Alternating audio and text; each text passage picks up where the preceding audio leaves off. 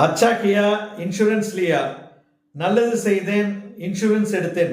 இதுதான் இன்னைக்கு சேவ் ஆனவங்க பிக் பாஸ் ஹவுஸ்ல வந்து இந்த காஸ்டியூம்ஸ் போட்டு சொன்னது. வணக்கம், நான் உங்க ரவி. எல்லாம் நல்லா இருக்கீங்கன்னு நினைக்கிறேன். Bigg Boss season 9 episode Vijay Sethupathi sir வந்திருந்தாரு. இன்னைக்கு யாருமே எவிக்ட் ஆகல. வரைக்கும் விஜய் சேதுபதி சார் வந்து சஸ்பென்ஸ் வச்சுட்டே இருந்தாரு.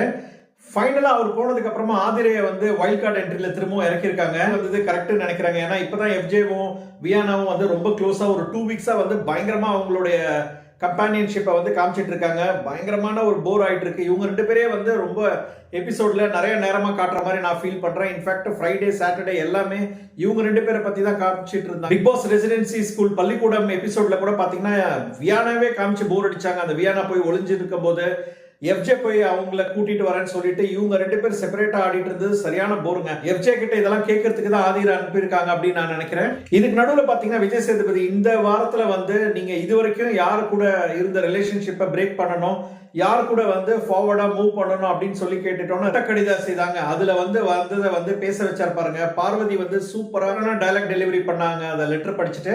பட் ஆன் த ஹோல் பாத்தீங்கன்னா எஃப்ஜேவோட கேப்டன்சி வந்து வஸ்ட்டுங்க. இந்த சீசன்லயே வஸ்ட் கேப்டன்சி பிரவீன் ராஜன் நான் ஏற்கனவே சொல்லியிருக்கேன்.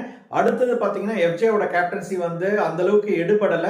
ஃபர்ஸ்ட் வீக் நல்லா பண்ணாரு, பட் செகண்ட் வீக் எடுபடல அப்படின்னு நான் நினைக்கிறேன். இந்த வாரத்தோட தலை யாரா இருப்பாங்க?